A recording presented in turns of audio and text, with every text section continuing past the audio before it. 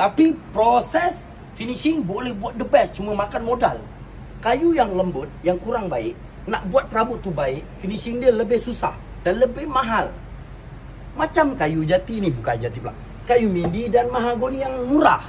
Kalau kayu mindi tanpa proses yang betul, ubat dia, pengeringan dia, dan orang yang usahakan, yang buat tu memang orang yang kurang power, jujur cakap, boleh merekah, pecah dan juga rosak.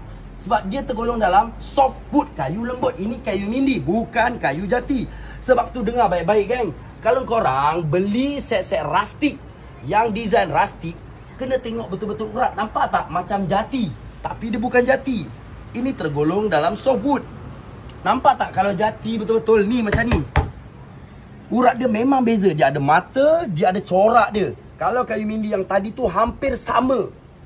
Ini betul kayu jati. Kalau kayu mindi macam ni, dia ringan, nampak? Dia softwood. Kayu mindi, kayu mahagoni, isi dalam dia hanya ada kayu dan air. Kalau jati macam ni, dia ada minyak, air dan kayu. Dia ada 3. Minyak tu dia protect diri dia sendiri. Tapi itu hanya untuk jati yang baik lah. Aduh, yang macam ni 1, 2, 3, macam ni lah. Dia ada minyak. Ya betul, jati kampung pun mengeluarkan minyak juga, cuma tak power lah macam jati yang itu.